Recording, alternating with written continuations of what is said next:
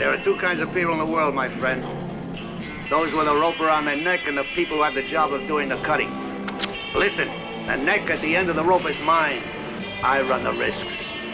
The good, the bad, and the ugly. Two can dig a lot quicker than one.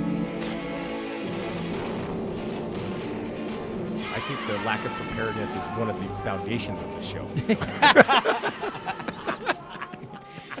But one thing we do prepare for is the good, the bad, and the ugly. Shout out to Chapman Automotive Group for not only sponsoring us, but just being a true staple here in Tucson, Arizona, and nationwide.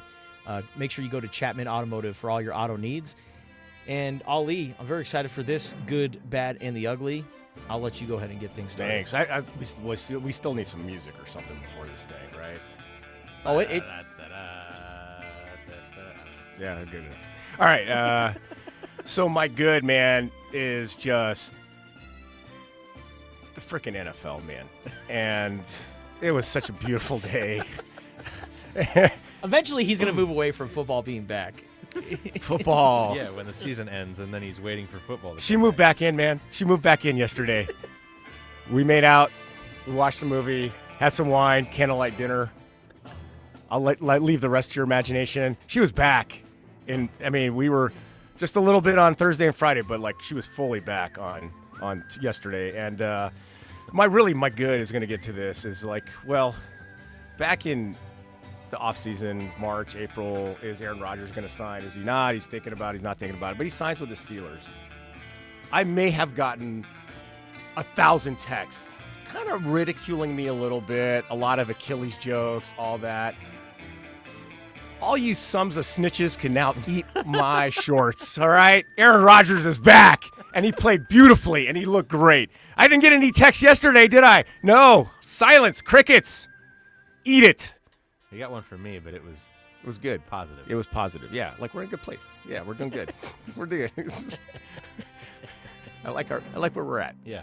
Cincinnati, they were losing to Cleveland. You didn't hear anything from me. They won by, they didn't cover 1.5, which is what I bet them. My fault for betting on the Bengals. Yeah, what am I thinking? I thought Myles Garrett killed Joe Burrow. I know. So, NFL back, a lot of great games, and just to feel in my mind all the people giving me guff about Aaron Rodgers eating crow. Yeah, I felt good about it, and I think that the whole day was encapsulated by Steelers get the victory. The serial killer, Chris Boswell, with a 60-yard field goal, which he didn't even see go through the uprights because he just knew it was good and walked off the field. Yeah. I, for the first time, shared with you guys the true level of my insanity when I sent you a picture of my Steelers totem pole. Yeah. And I have one, yes. Yeah. I also have a Steelers candle that I light it because it smells like victory. Yeah. And it smells delicious. You have a wooden circle, a wooden table with chalk symbols on it, and the symbols of the team you're playing, surrounded by incense and animal bones. Yeah. I roll the bones before games.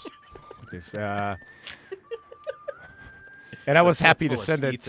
I was happy.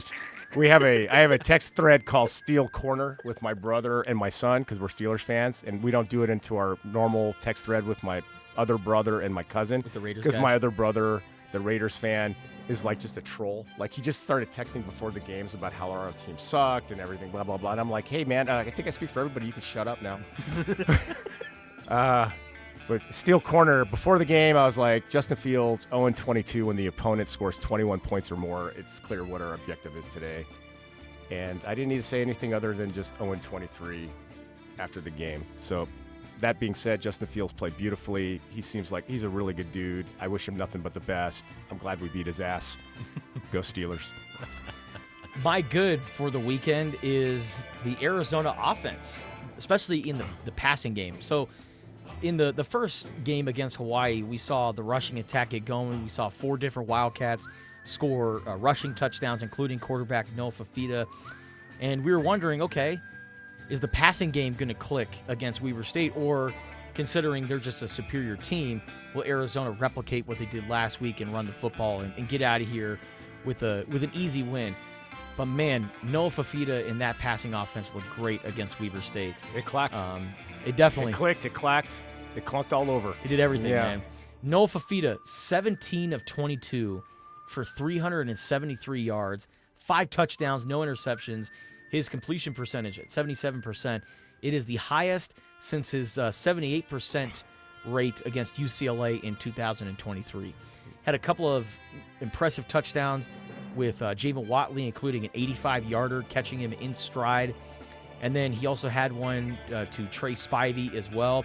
And when you look at the top receivers for Arizona in this game, it was Javon Watley, Luke Wysong, Chris Hudson, Chris Hunter. Ismail Mahdi at running back also had some catches as well. Yeah, he looked good. And then we also saw Trey Spivey get his first touchdown as well. Brandon Phelps scored his first touchdown as a Wildcat.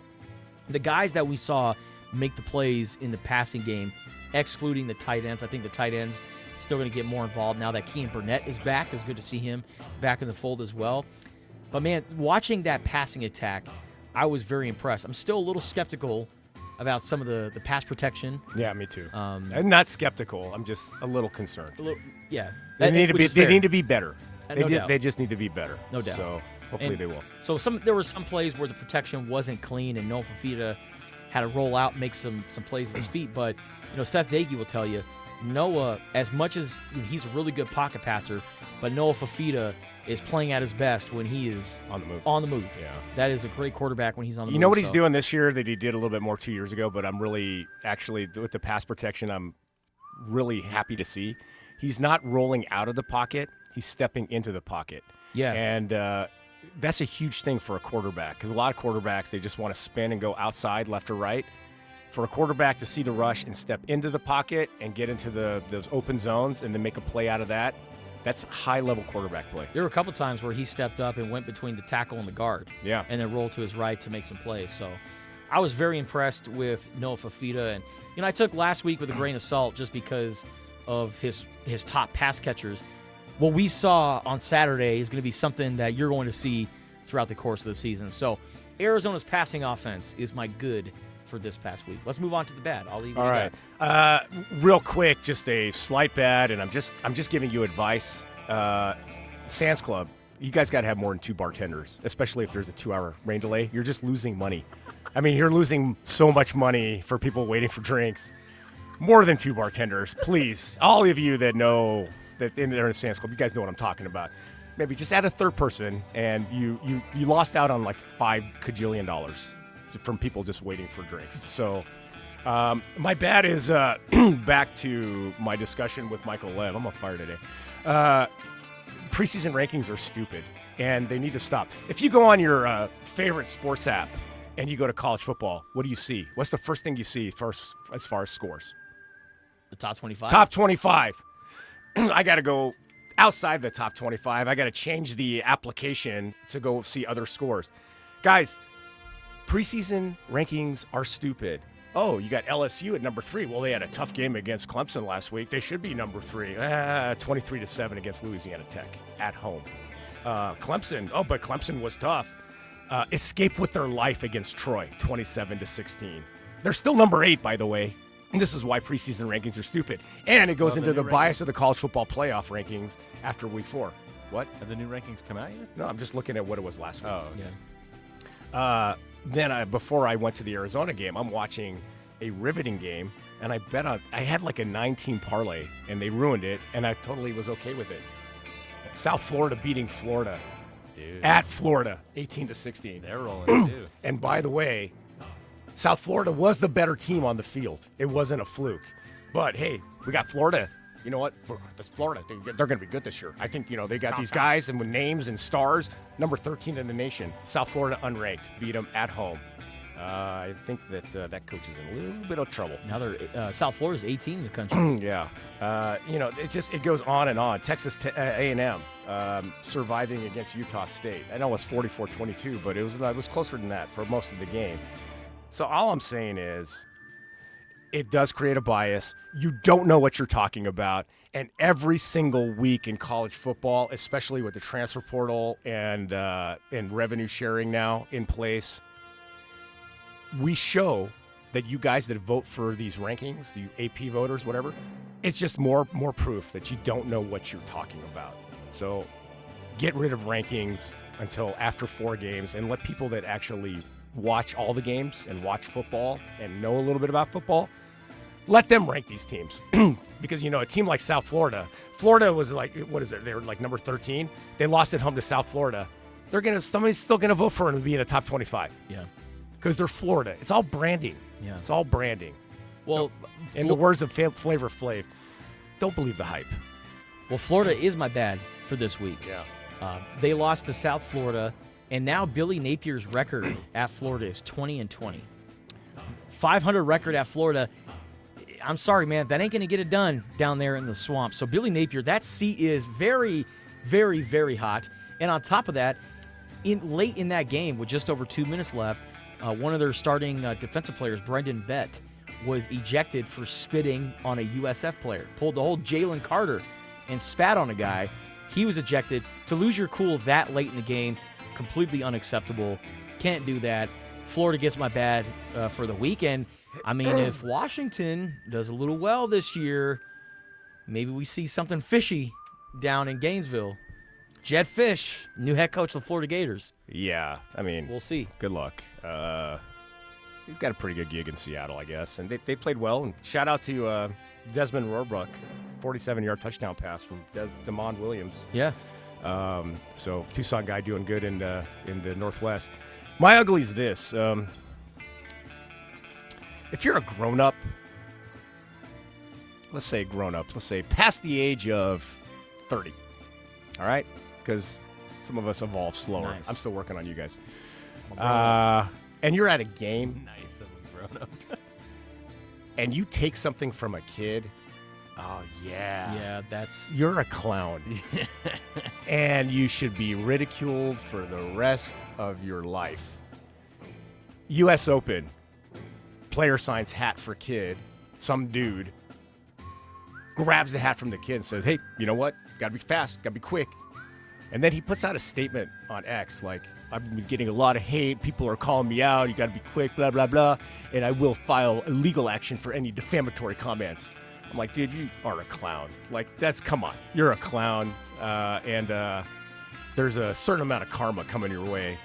And then a woman at the Phillies game. Hope you saw that. Really, the ball goes in there. The dad grabs it. Then he can grab it out of her hands. He just snatched it before he did. Gives it to his son, whose birthday it was in a couple of days.